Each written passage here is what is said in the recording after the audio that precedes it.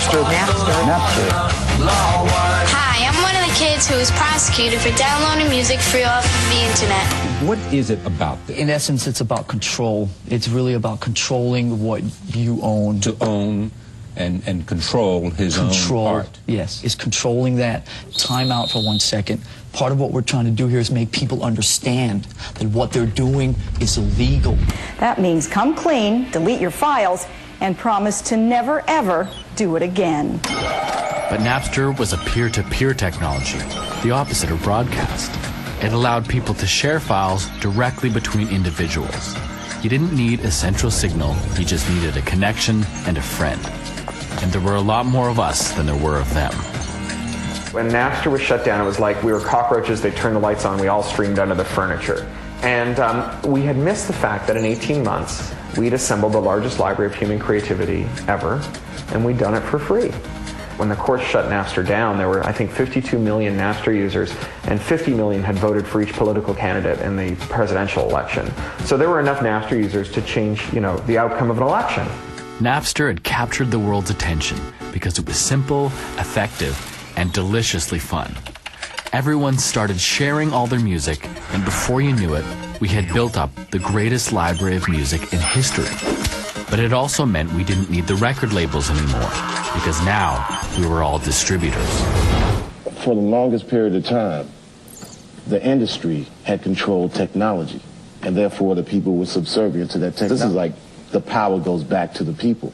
Right, and it's definitely been two different worlds. But there's millions of dollars involved in this. If the record company bosses don't take the money, then the internet people are going to somebody's going to profit off this. And if it's not the artist, then you're profiting illegal. It's bulletproof. I mean, all right, it's bulletproof meaning what? That if you're going to do this, you're going to have people like Metallica with very deep pockets who are very tenacious on your back all the time, and whether that's something that you want to continue pursuing, basically.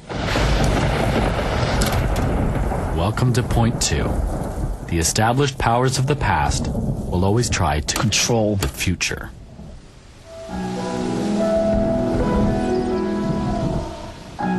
We received a notice from the attorney that there's been illegal activity on our computer. She was representing, of course, the recording industry. She said, you're guilty, Mr. Smith, of downloading songs illegally on your computer. And I said to the woman, I said, I've never downloaded songs. And she said, well, someone in your household must have. And I said, perhaps. I said, you have to understand, my computer is our family computer, and on any given Friday or Saturday night, my child would have maybe dozens of friends over. And at that point she said, well, we will send you a form and you can implicate your child. I'm Don Smith. I'm a pastor and a ministry consultant from McKinney, Texas, in the Dallas, Texas area, and I have been sued for copyright infringement.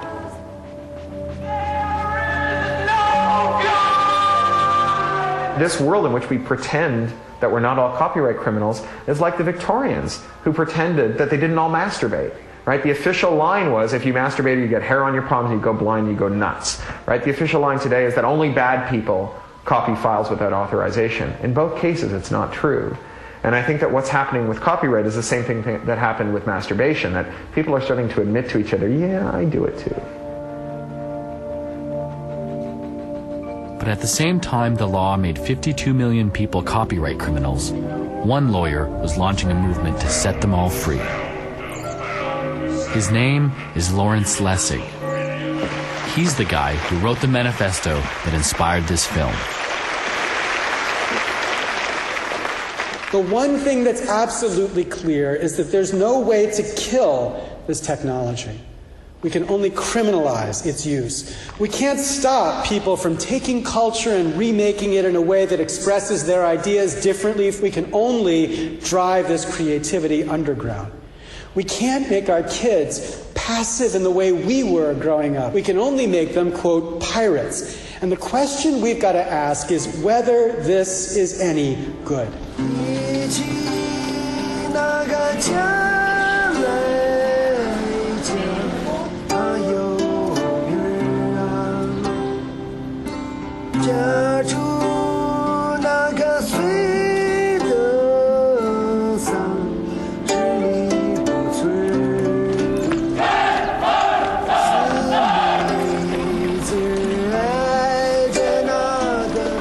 Lessig has been traveling the globe for over a decade, sounding the alarm on his own country's copyright policy. You know, I'm not anti-American, so I'm not trying to rally people against America, but I am anti this particular version of American policy. I'm embarrassed by it because it is so extreme relative to our tradition, and it does harm when this kind of extremism is forced on developing nations. And I think it's particularly appropriate then to come to developing nations and to at least get them to recognize that there's another side to this story. So I felt like a lawyer with a guilty conscience, that, you know, somehow there had to be a balance to this, and if a mess was being created because lawyers were playing into the hands of these, you know, people who profited from this, then lawyers needed to be on the other side. So that's what really got me going. I want to make a mashup film, basically. I want to take all my favorite mashups, my favorite movies on these subjects, stuff I find on the internet, and I want to cut this together in a way that really tells the story of the last 10 years of copyright. I'm wondering if maybe you can take a look at it.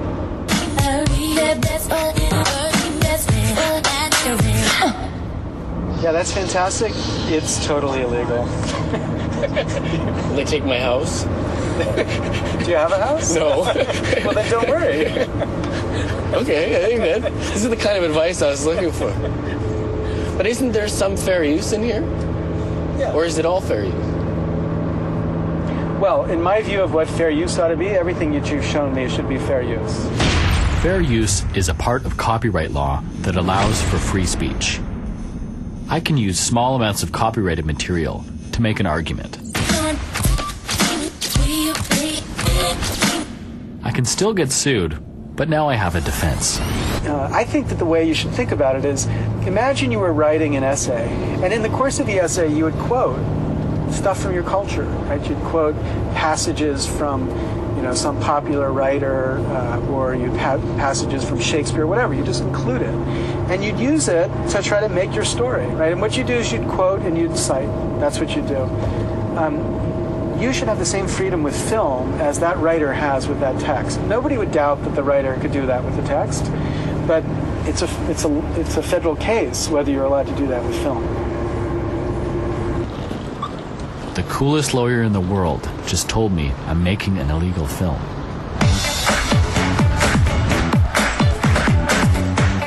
If I want to use this Girl Talk song, I would need to ask dozens of rock stars and get permission from the Warner Brothers. But there's no amount of money in the world that would convince the music industry to allow me to use their own music to criticize them. If it were up to them, you wouldn't be allowed to hear anything. Generate silence. Okay. So how do I make a mashup film without playing a mashup? My one hope is fair use, because I am making a point.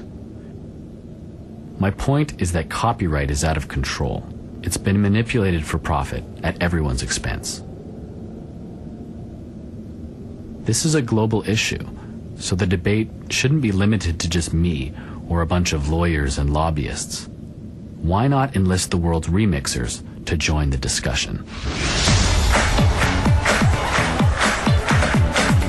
I've started a website called Open Source Cinema, and I put all my footage online to see what people will do with it. So far, this film has been mixed and remixed to the point where 64 university students even got together to make an animated version.